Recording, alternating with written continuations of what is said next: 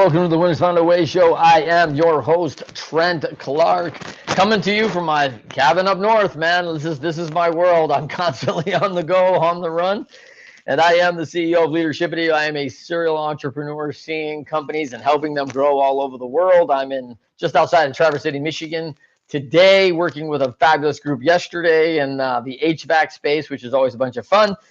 I wrote a book called Leading Winning Teams, which is exciting. That's been out about 2 months, and the Audible is coming out November 12th. So look for that. Pick up the audio file, which is a great book. It is a step-by-step action tool of all the lessons we learned from athletics to help you lead exactly where you're at today.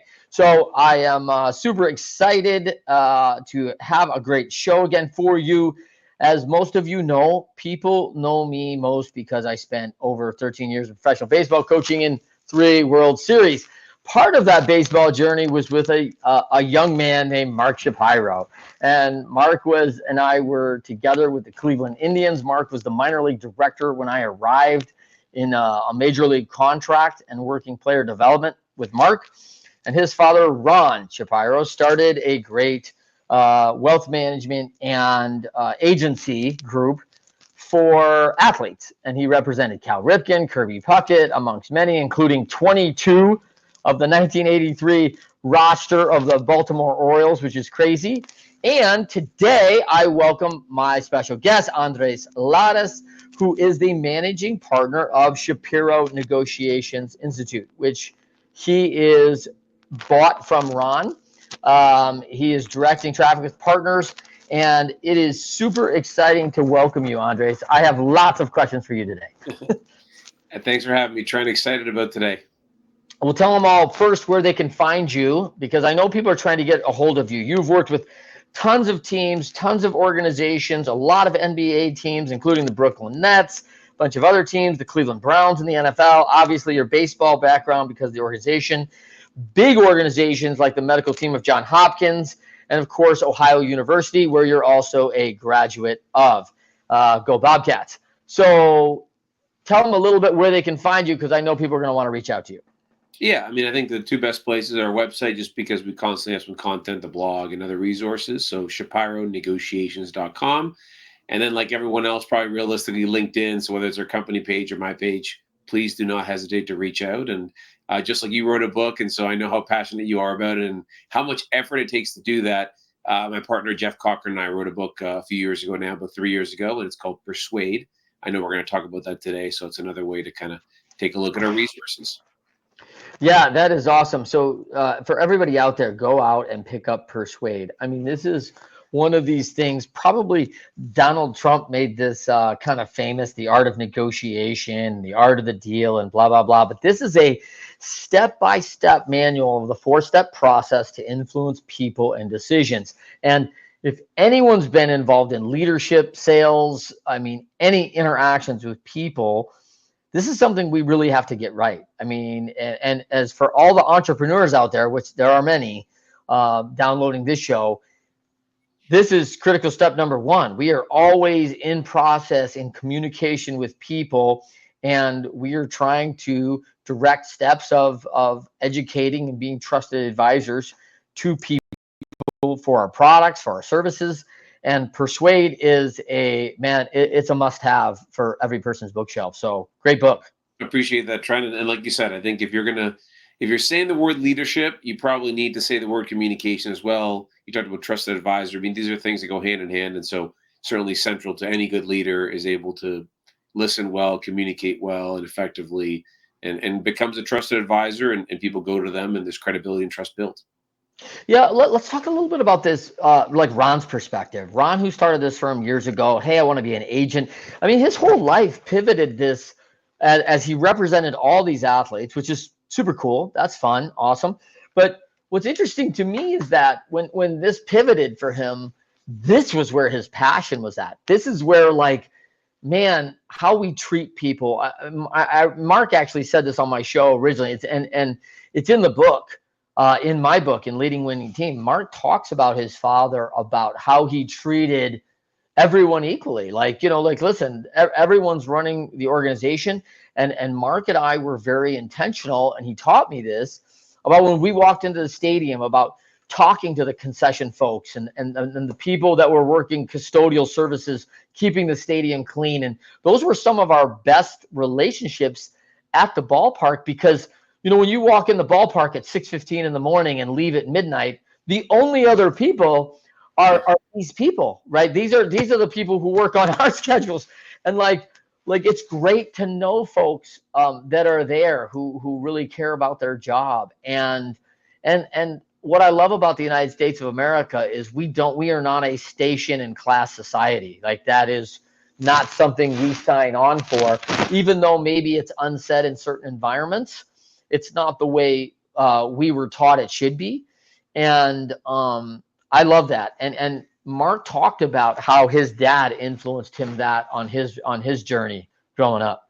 Yeah, I mean, that's a huge part of Ron, and I think for anyone who knows him, and it kind of continues to this day, even though he's, you know, retired, but whatever retired means for Ron at this point, because he's always got his hands in some things. But that's from the get-go. I mean, as a matter of fact, I mean, the short story on how I got here is he was negotiating Joe Mauer's deal, and was looking for a little bit of help and support, just because he was doing a little bit less work on the agent side and really more focusing on the Shapiro Negotiations side. The Institute is really more kind of working with teams and organizations. And so, you know, that's kind of, I came to work with him and learn from him. So about 15, 16 years ago, that's the reason I came. And so I saw that he lived and breathed, which is what kind of people know us as the power of nice guys. That's the topic of, or sorry, the title of our book for negotiations. And that's kind of what he was known as. And that's what we're known as. And so it's one of the reasons that even now, as he's retired, we certainly, you know, we're keeping the name and plan to do so for the foreseeable future, because there's something unique about that, negotiating in a way where you have empathy and you're thinking about the other side. Now, that doesn't, I think it's not to be mistaken for weakness, right? Me finding out what Trent cares about to be able to give him some of that does not mean that I'm weak or that I'm going to give everything away. I'm still maximizing my objectives, but that's what we teach people every day, that you're able to do both, that you actually get a better, more sustainable deal when you're thinking about your objectives, but also about the other sides. And it's not a win at all costs, burn that bridge when we get there type of mentality. Yeah, I love that, man. Now let's talk a little bit about you. You know, you're a married guy. You have a couple kids. You first of all start this whole deal coming into Canada originally, and then end up at Ohio University as a Bobcat in sports management. What most people don't know about you, Andres, is that you're actually Venezuelan, right? Yep. And you are, man, I mean, your English is pristine, and no one would ever pick up an accent going, whoa, clearly you're from South America or Central America or whatever. And so people wouldn't say that to you as a standard. Is that fair? That's fair to say. It is actually kind of funny when I go, so Venezuela and then moved to Canada. I spent many years there, and then the US now for about 10, 15 years. And so what's interesting is when I go back to Canada, people are saying now I've got an American accent. And when I'm here, typically and I'm sure folks will hear it today, they say I've got a Canadian accent. So I've obviously picked up a little bit of everything, but yeah, kind of lived in all three. And certainly there's some intersection in your world, because Venezuela really is all about baseball. It's one of the few South American countries that's not so much about soccer or football. And so, I kind of grew up around that sport, and it made a lot of sense for me to enter it, being Venezuelan, the friends that I had that ended up playing, speaking Spanish, and actually a lot of my family's still there. But for me, the passion in strictly baseball wasn't there. And I think that's what I feel so fortunate every day that we do what we do, because we work with teams in all the different leagues, and we also work with organizations outside of sports. And I think I've clearly kind of found where my passion lies. That is so fun, so cool. And I think the huge value to it is that our paths intersect all over the place. First of all, when you arrive in Toronto, like, baseball's not huge, right? it's not like, it's like lacrosse, hockey. Yeah, we do other sports too, but they really don't count, right? And so it's very different. And so, I grew up in Michigan, so I traveled through I traveled through Canada all as a kid playing hockey. And it doesn't take me long, to go out and about, and I gotta get a little accent there, and all of a sudden people are like going, "Hey man, where are you from?" And I'm like, "I'm from Michigan." But like, we go to Windsor, like we were constantly in and out, especially as a kid. We were in and out of Canada all the time. Like and of course, borders changed as I got into my adult life. Like it wasn't so easy and it wasn't so prevalent just to run across the bridge, right? The Ambassador Bridge is like It we got a little crossed bit that like tighter over time. Yeah. like we crossed that like you cross, a bridge in Baltimore, man. Like it's nothing. Yeah. Like, and you have a lot of bridges, right? And so you're just like, oh yeah, you're crossing over. Like, you might have to pay a toll, but like, yeah, it might be a little bit more delayed. They want to look at your ID or something, but like, it's not much, right? So, very different. So, you chose Ohio University, and I thought this was really interesting because it's a huge sports management program, and kind of knowing where you really wanted to go and choosing that. Walk us through a little bit why you made that choice, because one of the unique things I will tell folks about Ohio U is they have a massive background in sports. There's a little bit of who's who in professional sports, and at the top levels of collegiate value, because coming out of OU's program. Now, if you've ever been to Athens, Ohio, this is the middle of nowhere, by the way. Like this is a pretty good drive down into Southwest Ohio or Southeast Ohio, and you are bordering West Virginia. You are out there, and it feels a little sticks. But when you arrive, beautiful town, nice little city, but driving through the hills, you're going, where are we going? Well, that's definitely what I was saying when I got there to visit. So for me, I was really lucky that I had the opportunity to kind of choose a few different places, and so I went to visit each, thinking about where would I want to go. And in particular, I was thinking about UMass has got a very good program, Ohio University. I was looking at a couple in Canada, in state in Canada, and so for me, after visiting both, I mean, first of all, just as a side note, I think Ohio University has a sneaky nice campus. I mean, I've been fortunate we speak at a lot of universities, and Ohio University's campus is beautiful. And I think no one really expects it to be as nice as it is, and it's a beautiful campus. But for me, I met with kind of the folks that were running the program, a few of the professors, and then they talked about how good the alumni network was, and a lot of universities did. So I literally picked up the phone and I called 2 alums from each of the programs. And it was kind of a test, literally just somewhat at all related to where I wanted to get into. And so more of the player side and kind of negotiations, rather than maybe, was less sponsorship or less. There's so many athletic directors and associate athletic directors and the alums, but it's a little bit less of what I wanted to get into. So I kind of chose 2 in my space, and I picked up the phone and called. And by far, it wasn't even close. The first 2 to call back were Ohio University. And not only that, but their willingness to chat. And so for me, I came away thinking, if they're willing to do that for a prospective student, right? I'm not even yet in the program, and certainly not even yet an alum. It really kind of demonstrated, I think, the loyalty and passion that they have. And, that's I'm now looking 15 years ago, I finished the program. And I think about, for me, same, right? It's just automatic that folks will be mentors to others coming through, either formally or informally. And so I'm still very connected. I went last year to visit it. I've spoken several times. I've run negotiation sessions. And so I think that connection is so unique that they find a way to really keep you connected. And like you said, part of it is because you're in Athens, Ohio, you're shacked up there for a year or 2. And so the connections that you make and the friendships, the bonds are, I don't think you're able to do that, for example, if you're in New York City, right? There's just less distractions, more focus. Yeah, it's a good example, and it also paints a picture of that. It is a really nice campus, but I think the outer lying areas, it is a little bit of a oasis in the middle of the desert, right? It is a little bit. So it isn't like, oh hey, because you're right, New York. I mean, come on, like it's a city that never sleeps. You could do anything you want, plenty of things to do. And as a sports junkie, you're in New York. I mean, you've got choices every night. What do you want to do? You want to go watch St. John's basketball? Do you want to go over to watch an Ivy League game at Columbia? Do you want to go to the Madison Square Gardens? It's just endless, right? There is always something that could distract you. And so I think that makes a real prevalent point of the value of digging in on what you're doing, being involved with the people, being present in what your purpose is there. And I think that's there's a big value there. And of course, big shout out to OU, man, as it's Halloween time, and this is the #1 party in the world on Halloween. So like everyone goes on Halloween. I was in the MAC as an athlete, so we knew like, hey, that was not season for us as baseball, tennis guys, right, in the spring. So we knew if there was a chance that we could get to OU for Halloween, you got to do it, right? It's like a law, like you got to go. So, and that's always interesting because I think the campus that back then was probably 20,000 maybe. And the thing probably swells to like 50,000 people for Halloween weekend. Like it's bonkers. Oh yeah, it got massive. Yeah.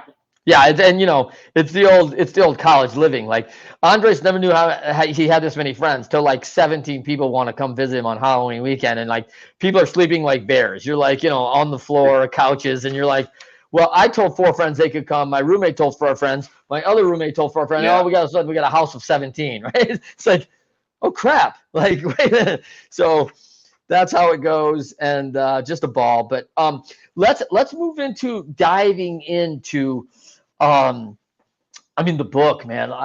And really, when we talk about leadership and we talk about all the things that you're doing at Shapiro Negotiation, when we talk about persuade, we talk about this 4-step process. And let's talk a little bit about that process itself. When people are going into that, how do I start? I will get persuasion just by showing up. What are some of the key elements of these 4 steps? Yeah, so to give people context, Aristotle taught in 350 BC ethos, pathos, logos. And so what that was credibility, emotion, and logic. And those are actually really 3 of the first 4 steps in our model. And so, and actually taking a page of our own book, the first step is credibility, right? So how do you borrow credibility or build your own credibility? And when we studied this 15, 20 years ago, quite a bit before really kind of developing this influencing model, what we found was what Aristotle had found over 2,000 years ago still remained really accurate and was the case. And it's how people make decisions. And so where is a better place to borrow credibility than one of the greatest thinkers of all time, right? So it's probably a good place to start. Most folks have heard of him, and those that have heard of him probably respect him a great deal. And so what he really realized is that credibility piece. And so in this case, right, we borrowed from Aristotle, but think about a commercial, right? If the last time you saw a commercial for a toothpaste or toothbrush, there was someone who either was a dentist or looks like a dentist, they're dressed like one. And why is that the case, right? And because subliminally, you're getting kind of that sense of, hey, if this person went to dentistry school, then they're probably an expert. They know more about toothbrushes and toothpaste than me. So when they say you should use this toothpaste or toothbrush, I should probably listen. Now, it doesn't work perfectly, but that's an example of kind of you've built very quickly credibility in this case from just your appearance because it signals that you studied something like this, or you're an expert or whatever it may be. And so you want to build credibility because without it, there's so much noise today that if you don't build it, people just don't care. Right. So that's number 1. What he found is you got to be credible for people to care. Yeah. And number 2 was what I think one of the biggest findings that remains absolutely very prevalent today, which is an emotion. So people make decisions emotionally and then they justify them rationally. And the big takeaway there is I can't tell you how many teams. So personally, for me, in the last 15 years we've worked with, where I see that, it might be a pharmaceutical sales organization. It might be a procurement for aerospace. It might be engineers at for example, a construction company. And in all these scenarios, what we find is the consistency that when I'm trying to say, hey, Trent, here's why you should do this, it's typically followed by the 4 reasons, the spec sheet, the evidence, the data. It's the logic. But really, that's how you justify it. In order to move the needle and get someone to think some way, you really got to compel them with emotion. And so it's really understanding thinking about what emotion am I going to, kind of pull, what emotional lever am I going to pull, and thinking about it that way. And it could be fear, it could be obligation, right? And so, for example, one might be the money back guarantee is a crude example, right? When you see something in a TV commercial, because, hey, if it doesn't work out for you, you can just kind of you can return it. And even though folks don't return it, that's kind of a safety that feels comfortable. Or you could be scarcity, right? There's only 3 left, or like this sale runs out in 3 days. And that's the reason that stuff works. It's an emotional compelling, not so much a logic, right? So that's kind of really the emotional piece. Then came the logic, which does have its time and place, but it's how to do that in the most compelling manner possible. So that can be telling a story. It's a way that's going to be really easy to communicate, understand, and then be practical. So that's really where Aristotle stopped, right? So it was credibility is emotion and logic. And so what we found is it was missing that next kind of practical step. And we describe it as any person who's kind of been in a meeting like this. Hey, Trent, are we, is this sounding like a good plan? Can we do this in the next 2 weeks? And you say, yes, we can. And then I check in with you a week from now and say, hey, are we halfway through this thing? They're like, ooh, yeah, no, I haven't gotten to it yet. And so what happens is facilitate action, that 4th step. is how to create an environment where people take the behavior, can take the actions and take the behaviors that you want them to take, right? And so there it is the piece that all the hard work, it's the fruits of your labor, right? If you don't do that, then typically you might get some agreement, but you're turning that into action. And Yeah. so it's really the four-step process. And I think, not necessarily rocket science that no one's ever thought about before, but I think the real impact in is kind of the process, number one, and number two, the structure it gives you in your mind, right? Am I credible to Trent? Am I engaging him emotionally? What logic am I going to use, and how am I going to communicate that in a compelling manner? And then how am I going to facilitate action so he actually takes the action that I want him to? That's kind of the thinking behind it. Let's break this down a little bit. I mean, first of all, love that we go back to 350 BC. I'm really a fundamentalist in the fact, like, the foundation is the fundamentals. And, I'm also a Christian guy who, like, listen, I've read thousands of leadership books, and I can find most of it in the Bible. like we've just reappointed ideas and gone, oh, hey, we've reappointed it. Like, right, the thinking and standards have been there. And when I think about credibility, man, I ethos, I think about the ethics, right? I think about, man, do people have that, the accountability and the cornerstones of integrity and humility, right? I mean, these are, we're talking about big iddies. My company, is leadership iddy. We're talking about all these iddies of leadership. Credibility being a big one, right? Is how do I shape that? And from a foundation standpoint, our leaders have to have credibility. And that starts with, to me, that ethos, that ethics, and some of the challenge that's going on there. And man, when I think about this persuasion, we're in right in the middle of the heat of the political era. I mean, everybody discredits everybody. Like, they're ethically, immorally just bad people. I mean, it's not how good someone else is. It's not that. It's how bad the other one. I mean, there's a whole campaign of anyone but that person, right? That's a campaign, is to destroy the credibility and their ethics. And there's an emotional tie to that. And it's like, wow, regardless of what's happening on the other side, talk to me about that persuasion, because we've gone another direction in this, which is a little bit scary. I think there's kind of it's becoming now pretty famous. I think a lot of people feel that way, regardless of who you're going to vote for, what party you follow. And there's kind of, it's becoming famous, that Obama-McCain relationship, where there's a lot of clips where they were, for many, very different in politically, very different people. But there's a few times where both said, whoa, whoa, whoa. And there's that famous one where someone in a McCain rally says, like, I can't vote for Obama. And he's like, whoa, like, and he starts going into why. And it's kind of personal. And then kind of Obama steps in, or McCain steps in and says, that's not necessarily true. And I think I was saying for Obama the other way. And I think that was a unique time in politics, in the sense that you could get your point across about what you cared about, what your priorities were, which meant you're voting for me if you care about these issues and topics. You're voting for him or her if you care about those topics.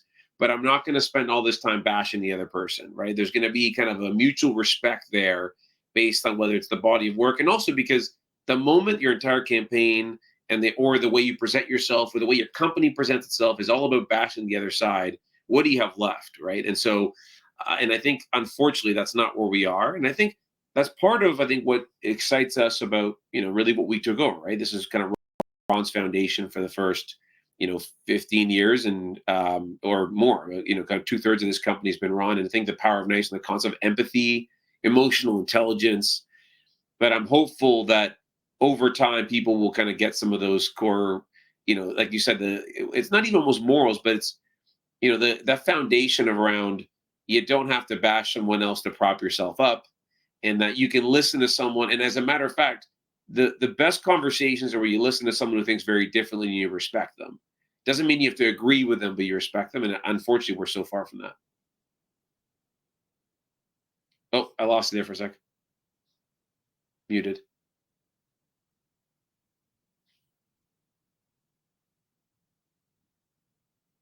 Sorry about that. Yep. Sorry.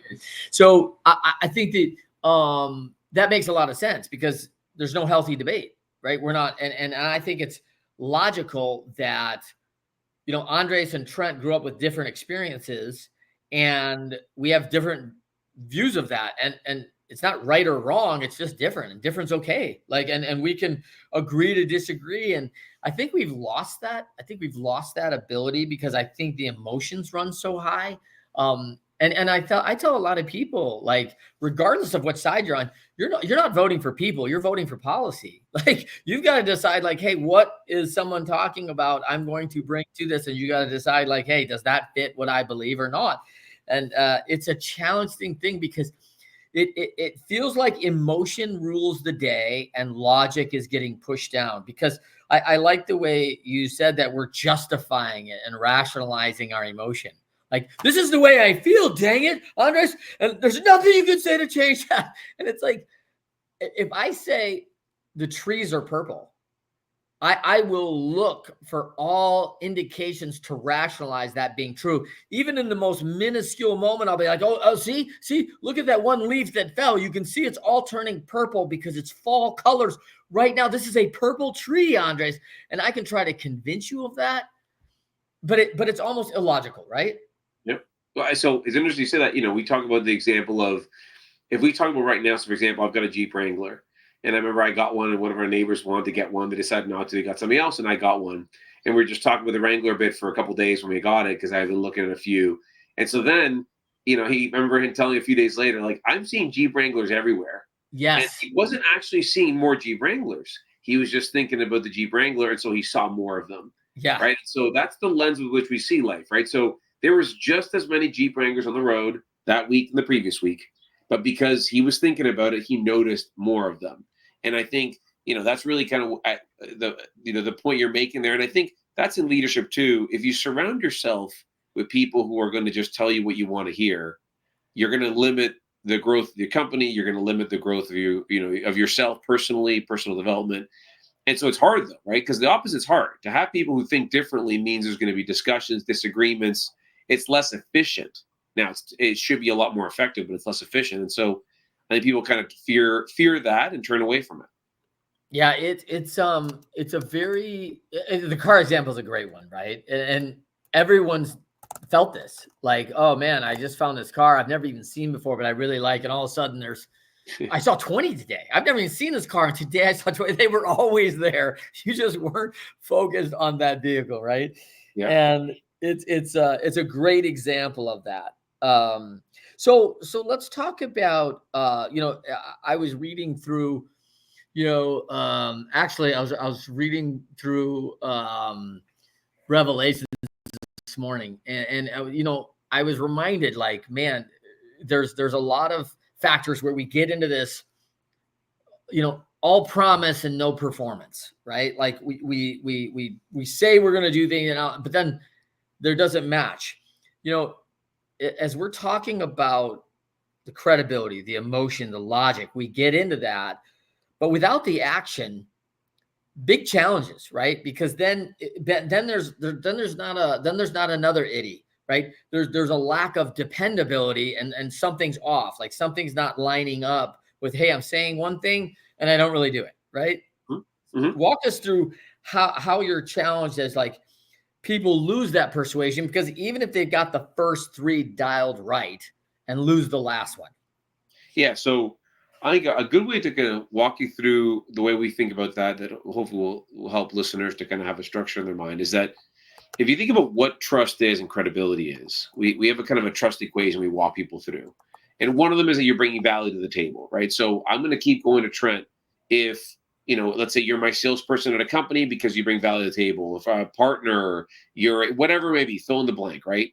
And so that means like a mentor, a boss, leader. And so what happens is if you go to that person, you expect value in return. Okay, so that's a given, right? Otherwise, if you're not delivering any value whatsoever, I may not be going to you because it's almost a waste of my time.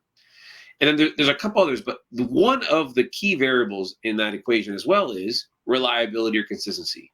And it's as simple as when I ask Trent for something and he says, I'll get that to you by next week, or, let me think about that and get back to you, or, I'll provide a resource on that over the next few days. Does Trent follow through? And so what happens is as simple as And part of the reason that's so impactful, especially nowadays, is most folks don't do that, right? Yeah. Common sense is not as common as you think. And reliability, surprisingly, just the simple things of doing what you say you're going to do is kind of a lost art. And so, literally, credibility is those two things. The connection as well, the connection you have with the person, which might be shared over religion, sports, politics, kids, family, geography, sport, anything. And all of that is divided over self-interest, right? Then the question is, if Trent and I are in, a business relationship, do you believe that I'm going to do what's always best just for me? Or do you believe that I also have your interest in mind? Right. And so when you put that all together, so I think that consistency, reliability piece that you talked about, that is a core element there, because the moment you don't do that, you stop going to the person. Right. And I think we can all relate. There's relationships where if it's the one-sided rather than two-sided, long term, they don't last. And so I think it's, that's when we're thinking about trust. You want to be bringing value. You want to have a connection with a person, think about kind of the shared, common interest, if you will. You want to make sure you're demonstrating reliability and consistency. And all of that's kind of divided over not having only your self-interest, which goes to the ethics and morals you talked about, right? I can persuade you, but do I want to, if I'm doing something that's against your will that I know is not good for you, just for my own benefit? And then the question is, should you be doing that? Can you, but should you? Yeah, no, it's a great example of where we lose focus, right? Like I'm just out persuading anybody of anything. Well, it's a skill, but I don't know if it benefits. I think it comes back to that trusted advisor. Like where am I present? Where am I persuading? Where am I making my most impact? What are my responsibilities? We use the acronym a lot for CARD, right? Coachability, adaptability, responsibility. Get those three right again and again, proving dependability. Those are big itties that we want. And we want those things in all of our teammates and our leaders. And we're not great at all of them all the time. We got teammates are going, I don't know if you know or not, Andres, I already know everything. Just ask me. Like, hold on, man.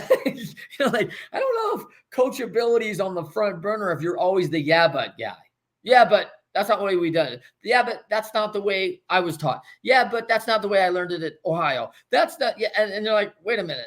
So we're not going to be moving forward and taking new information and learning from it. We're just going to be like, hey, I've got this information from 350 years ago from Aristotle, and nothing's ever changed, and I don't need to adapt to any of it. The information's there. Therefore, I'm set. Like, that's a little bit of that fixed mind that gets us in a bunch of trouble. Yeah, and I think there's a quote that Ron loves. I think it's Harry Truman. It's what you learn after you know it all that really counts. And that's Harry Truman's quote, I believe. I hope I haven't misquoted it. Yeah, that's pretty good. So Ron would always go to that, and I love it in the sense that if it's a learning mindset. And to some extent, I think that's a little bit coachable, but you either have it or you don't, right? And I think what's interesting is almost every successful person that I know, the more successful they are, right, the higher they climb up the ranks, I think, at least professionally, the more they realize how little they know. Yes. Right? Like, I mean, that's, it's incredible that there's typically there's that curve there. At the beginning, you realize it is just, I mean, we wrote the book, and part of it was to share a lot of kind of the successes we had and also the failures. In the book itself, I learned more writing the book than I think readers will learn from reading the book, because it's a permanent thing you're going to put out there, and you want to be, you want to be proud of it. So that's a year-long process with so much research. And so it's the irony, right? It's, you realize how little you know. I've been doing it for 15 years with a focus, but there's just an endless amount you can learn. So I think that mindset is something you have or you don't. And I think, the learning mindset is really critical for those that really want to be successful. Yeah, it's a really interesting fact that, when you talk about that, I'm reminded of, like, that logic part, right? That because Matthew Pollard is a friend. He wrote The Introvert's Edge. And he talks about storytelling, and we're negotiating this in our own mind. There's always like, hey, is that true? Is that actually true? Or you're just believing that to be true? Right? Like, when, and he asks this question all the time with people. He always, when did that become true for you? Like, you're like, well, no, that is truth. And you're like, that's not true to Andres. Like, he doesn't see that the same. That's not true to Teresa. Like, she doesn't see that the same. And so, Yeah. like, people are like, no, this is how it is because I say, and I see this sometimes in leadership. I catch this, certain leaders like, hey, I've said it, Andre, so it's true. The Yankees will come back and win the World Series. They're down 3-0. They will win the World Series. Well, I know it's true because I said it out loud. Because you said it doesn't necessarily mean it's going to happen, right? But there's this confidence in it. It's almost a level of arrogance, and it's terrifying.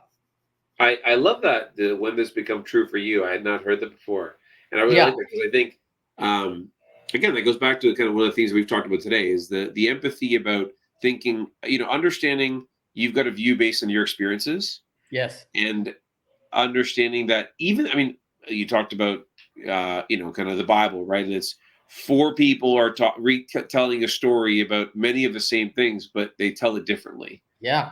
And I think that's a perfect example that you see it every day, right? In citizen journalism, it's like you literally getting three angles. Think about how many times now, because everyone pulls out their phone, something will happen, and there's the first take, and you are seeing a video of what occurred, but then you see another angle, and you realize a second take, and then the third take, and then you get two account witnesses, and all of a sudden, it's unbelievable. And that is what's happening every day in real life, in the sense that you get one perspective, but that is a limited perspective. It doesn't mean you're wrong, but it means there's more information. And you get 2 or 3, 4 other videos, you piece it all together, and then you get a more holistic view.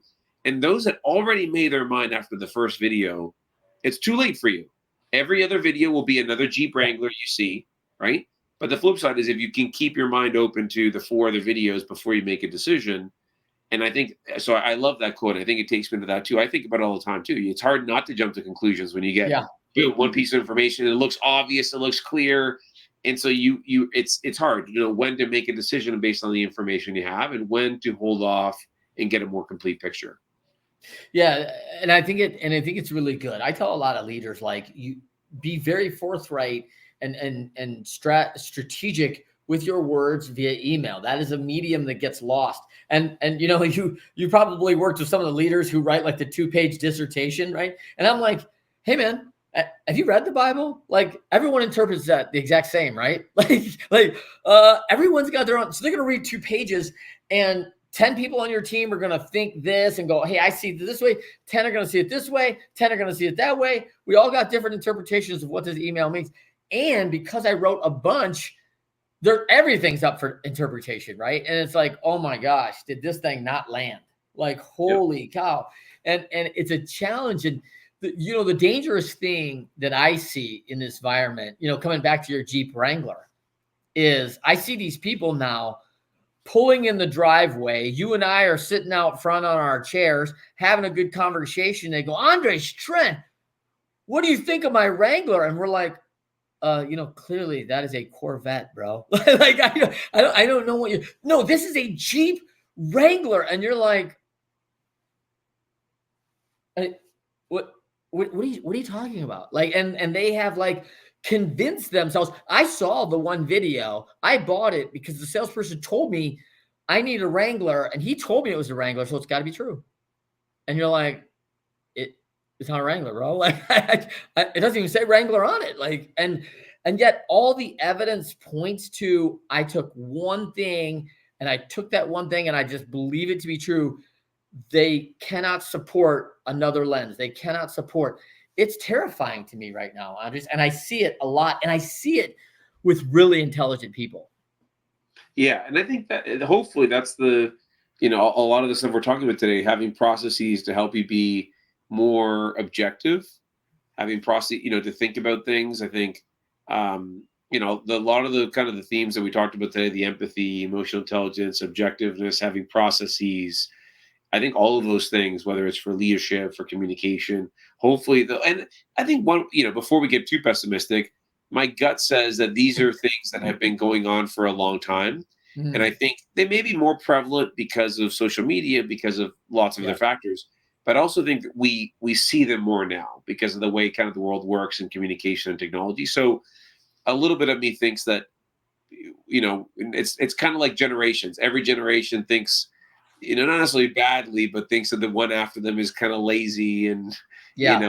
arrogant. And so it's funny, you hear this generation saying that about the last one, but that has happened probably throughout history. And so Yeah. it's that type of thing. I think maybe this has happened. I think we're more sensitive to it, but I think it's a good thing. The more light we can shine on this, we can push people to really kind of take a step back, be less emotional, be more logical, take a look at the big Yeah. picture, and take a step back and ask that question of like, when did that become your truth? I mean, I love that, and I think that's something that's going to stick with me today. So I hope it Nice. does. All right. Good. Good. I'm glad you get a takeaway out of the show, because I get tons of takeaways. I know our audience gets lots of takeaways, but I think one of the things that I'll caution people, and you caution us about being pessimistic about this, and I have found myself angered by the lack of common sense, angered by the pulling out of the logic part of this equation, like uh and I'm not, and one of the things that has been really challenging for me, Andres, I'd love to hear your point on this, is that a lot of people have interpreted that, oh well, I'm mad at Andres because I don't agree with him, or that this seems, his logic's off, and I'm not mad at Andres. I'm angered by what it represents. That all of a sudden we've eliminated debate. We've eliminated critical thinking. We say like, oh, like, listen, I told you what it is. You don't need to look at anything. You just need to believe me, Andres. Like, and I think I'm angered by what that represents, that people expect now, and that they haven't done the due diligence. Like, and maybe it's not a personal, but it feels laziness. It feels like we're just dumbing people down a little bit. So Yeah. what would you say to that? Because it is a source of frustration for me. It's real. I think naturally it'll get better because I think the polarizing times don't stay permanent, I think, right? And so I think we've got, right now, as we talk a week before an election that the world is watching, I think this is as high as emotions will be. This is as polarizing as things will be, I believe. And so I think over time, I think now, this, when I say as high as it'll be, it may be weeks, not days. But I Yeah. think, we're kind of at the peak here, right? Because as we ramp up for what's going to be a really important day. And so I think naturally, if you think any presidency, right, has like a cycle, even like you look at the markets, right? If you look at the economic markets and how they respond, there's cyclicality to leading up to it, right? A president in the last few months and the year before typically, will focus on specific things in reelection. And so they act a certain way. And then the first year that's a president's elected, they focus a certain way. Markets typically respond a certain way. There's uncertainty right before election. So there's some cyclicality to almost regardless of whether you're talking Republican or Democrat, whether you're talking about one type of president or another. And so I think time, I think, will be beneficial here to some extent. Now, again, it could be weeks, months, not days, but I think time will be beneficial because I think that's the way it is, right? Just like after 8 years of power for one side, you typically get the other side, right? Rarely will you Yeah. get And eight it years of swings far the Republican. other way. Yeah. Exactly. And then it goes the other way and then it comes back. And this is not just a US thing, this is all over the world. And so I think, and that's not me, maybe it is actually, but I don't think it's just me kind of making myself feel better that's the case. I do think there's some of that cyclicality and that happens kind of everywhere because I think we go too far this way and I think we realize it as a society. So then that we start to come a little bit more moderate. And then that unfortunately means we swing this way. And so I think part of that is there, but I do think one other side of this education, and I think it's interesting that for the last 5 years, the first time I've heard about and actually know people that are doing things around kind of soft skills in school, for example. So you're going to elementary school and middle school and high school, and now they're learning about communication skills and emotional intelligence and empathy. And I think even the fact that we're talking about that, I mean, 20 years ago, that was in no curriculum that I've ever seen. Yeah. And so those are the things that it comes down to education, right? We can't expect a baseball player to hit a fastball at 99 miles an hour if they haven't been trained to do that. Why would we expect people to think, to understand objectivity and subjectivity and bias and emotional intelligence and empathy if they've never been trained, if you've literally never seen that until you became adult? So I think those are the things that make me a little bit bullish on. Now that takes time, right? If you're training Yeah. folks that are 6 years old now, 10 years old, 12 years old, that's 10 years away from having an impact. But that's kind of what makes me bullish. Well, and I think this is a little bit of the swing too, the education side, because I think when we were trained up biblically, there was a bunch of this training in those days of like the commandments, how we carry ourselves, how we treat other people. Like there's a bunch of action steps in that say, hey, listen, and it plays into our catchphrases today of emotional intelligence and kindness and empathy for others and non-judgment and all these things that like I feel like we pushed away and we've repackaged them, and it's good that it's been repackaged and brought back. But it's alarming that reading and it's so prevalent, right? Like that was the value at the 1900. Like the people who could read had such a huge advantage over those who couldn't, right? Because now I'm just left with like, well, I think Andres says great things, so I listen to him and I follow because he's really intelligent and I get a bunch of information but I could never read it on my own. I can't further my education unless I find someone else to listen to. And man, that's a huge gap that we sourced and shored up a lot in the world. I mean, obviously it's not done yet, right? Because there's still plenty of illiterate people in the world, like tons, right? And it still remains. And it's a real challenge. I don't think we're going to solve today, Andres, but if we do, this will be the most watched show of all time. You've taken some big steps in this process of challenging and processing things a lot for people in the way they're communicating and thinking in relationship to others. Well, thank you.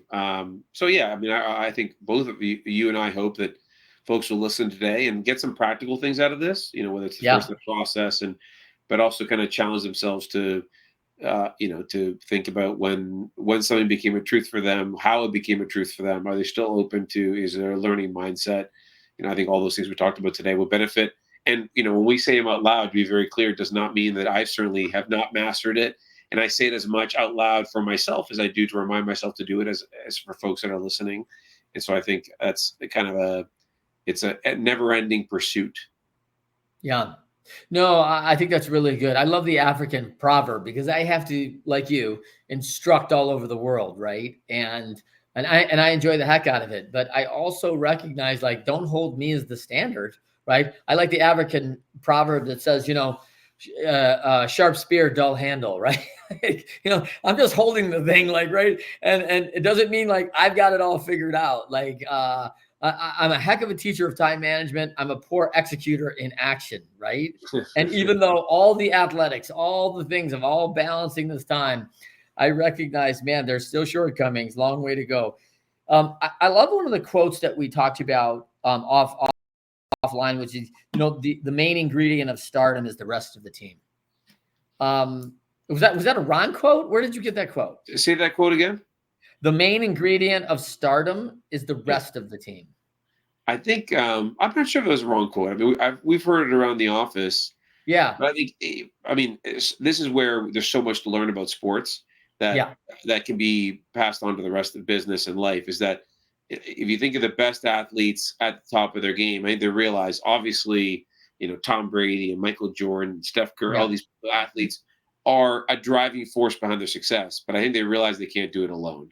Yeah. Right. And sometimes they figure that out early in their career, sometimes late in their career, or sometimes after their career. But I think they all figure it out at some point where obviously they can be the driving force, right? We're talking about top 10 players of all time in any sport, except if they're playing tennis. It sounds like you and I are both tennis players. So then it's just you and the court and the ball and the opponent. That's it. But in team sports, and so I think that's the same for business, right? I mean, you can be the driving force behind it, but you can't do it alone. Except if you're a company of one person, and so I think it's the faster you come to that realization, the more successful you'll be. I think it's that simple. Yeah, I think even tennis is still a good example today. I mean, when you see like Djokovic, who's a great player, been at the top of his game for probably almost 2 decades, right? And you look at his box, there's like 8 people. Like, he's got a big team, right? Like, we are prepping, like, where are your unforced errors at? Where is your mental preparation? Where's your physical preparation? I mean, he has really mastered the 4 biggies, right? To me, physical, mental, emotional, and moral preparation. Like, if you don't get all 4 of those, I like Wooden was good at that, right? He was Yep. all about the preparation and all those things. And, and I think we do point to certain athletes in the world, like, and I don't love to bring it up, but Barry Bonds was probably one of the best players of all time. And one player got to the World Series. I was there in 2002 when we played. And I mean, they had a good team, but you got to have all the team shored up around it, because him alone doesn't win. And he was fabulous. Like, he's an incredible player, but Yep. you got to have a lot more than just one. I mean, and you run the risk if the one goes down, like, where are you at then? Right. Like, it doesn't work. I think Brady really got that. I think Brady really shored that up. It was such a team guy, encouraging players. And, I was really impressed, like, during his Tampa days, all the players talking about him, texting them during the playoffs and encouraging them in between the games and each game, what's expected of them, what we're doing next, like, stay focused. It was a big deal. And I don't think that's every leader, right? No, and that's probably a good place for us to wrap up. I think it's a positive note rather than the pessimistic note we were before. Yeah. It's interesting when you hear, I've been, for whatever reason, I've been hearing a lot of interviews that's kind of popped up of players that played with him during his Tampa time. Yeah. And I think you see all the things that they're talking about is leadership, right? They're talking about how he kind of set the tone, how he led by action, how he would take the time to get to know every other player. He was giving them kind of pieces of advice that were specific to that. I mean, all the things you want in a leader. And so he probably wasn't the player he was 15 years earlier, but to some extent he may have been actually he may have actually more positive impact because of all the things he had learned over that time. So, we kind of leave on a positive note that there is hope that some good leaders can carry us through this. Yeah, that's awesome. Andres, so good to have you. Let's wrap with this. Andres, you've been through some challenges. Winners find a way. Winners, when shown data that they're losing, find a way to win. You're going into organizations all the time who are like, man, we're not getting this right. We're being challenged in this. If you were to give a person right now who may be struggling, going through something, what would be the one thing that's helped you along your route? What you've learned, like, hey, things may not be going the direction. How do you keep moving? How do you get back into that? You and I both you touched on it, which is this is a moment in time. It swings. It's not forever. But what would you tell somebody going through it right in this moment? I think, probably I would say, if you think about kind of success, those that are very successful, I think, often overestimate kind of how much they had an impact on it and underestimate luck. And I think those that are not successful, at least at the moment, probably overestimate luck and underestimate how much of an impact you have, the things that you do, your behaviors, your thoughts, your actions. And so I think if you kind of have that mindset of, I'm of the belief that you're able to will some things, not everything, but you're able to will some things. And so I think it starts with belief, right? It starts with the way you think about it. And so there's an exercise we run in our training where people, in some cases, very quickly think, yeah, there's nothing to be had here. And then, of course, no deals to be had, because if your mindset there's nothing going to happen, nothing good will come, my hard work's not going to pay off. So I think it starts with a mindset. And I think that's part of winners find a way. You got to start with belief in yourself and even fake it till you make it to start, to get yourself going, build some momentum, and then good things will follow. Yeah. Great look at Ted Lasso, right? Who really instilled that, like, hey, I believe in belief. And yep. I think that's a great little clip talking about, how we build as a teammate and building that right mindset. Andres Lares, you're off the hot seat, man. Thank you so much for joining us. Again, tell them where they can find you. Yep. So, ShapiroNegotiations.com, our website, LinkedIn, Shapiro Negotiations, or you look me up, probably the best 3 ways. But Trent, it's been a pleasure. We covered a lot today and we got all over the place, but hopefully worthwhile for the audience. Yeah, thank you so much for everybody joining us on the Winners Find a Way show every Thursday, 10 a.m. Eastern, 7 a.m. Pacific time on LinkedIn Live, Facebook Live, the Leadership of the YouTube channel, and our podcast come out every Friday on all the major networks where you can download. Check us out. Winners Find a Way. Now over 100,000 downloads a month. Super excited to bring that. Check out Leading Winning Teams. Get our book, Get Persuade from Andres Lares. He's co-authored that book. Those are 2 great books you're going to want to add to your library. And we'll see you next time on Winners Find a Way.